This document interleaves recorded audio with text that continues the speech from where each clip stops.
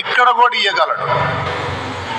కాబట్టి నేను అప్పులతో ఇబ్బందులతో ఇవన్నీ ఈడ్చుకు రావాలి అనేది ఆయన సంకల్పం అయితే, కానీ నేనైతే వాళ్ళు అన్నట్టు బీదని కాదు, దరిద్రుని అంతకన్నా కాదు, నేను శ్రీమంతుడి బిడ్డనే.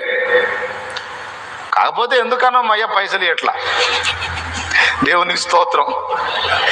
బ్యాంకులో మాత్రం నా పేరు మీద మస్తు పైసలు ఉన్నాయి. బ్యాంకులో మాత్రం నా పేరు మీద మయ్య మస్తు పైసలు వేసిండు, మొత్తం నా పేరు మీదే ఉన్నాయి. కావాలంటే చూసుకోవచ్చు కూడా, నువ్వు పుస్తకాలు కూడా నీకు ఇస్తా. నా పేరు మీద మయ్య ఎన్ని పైసలు వేసిండు, మస్తు పైసలు వేసిండు. కానీ నాకు మాత్రం ఎట్లా, నాకు మాత్రం ఏ రోజుకి ఆ రోజే ఇస్తున్నాడు. ఇంకా చెప్పాలంటే కాస్త అప్పులు కూడా నాకు తగిలిచ్చి వాళ్ళు నన్ను అనేటట్టు చేస్తున్నాడు. మరి అంత మంచి ప్రేమ గల తండ్రిగా ఎందుకు ఇట్లా చేస్తున్నాడంటే, నువ్వే చెప్పావుగా ప్రేమ గల తండ్రిని, అవి నాకు అవసరమైనవి కాబట్టి తగిలిచ్చాడు.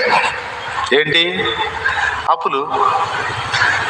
అంత మాత్రాన అప్పులు ఉన్నంత మాత్రాన వాళ్ళు నన్ను ఎగతాళిగా మాట్లాడుతున్నంత మాత్రాన నేనేం బేదన అనుకున్నారా ఏంది? మా డాడీ కింగ్. ఏమండి?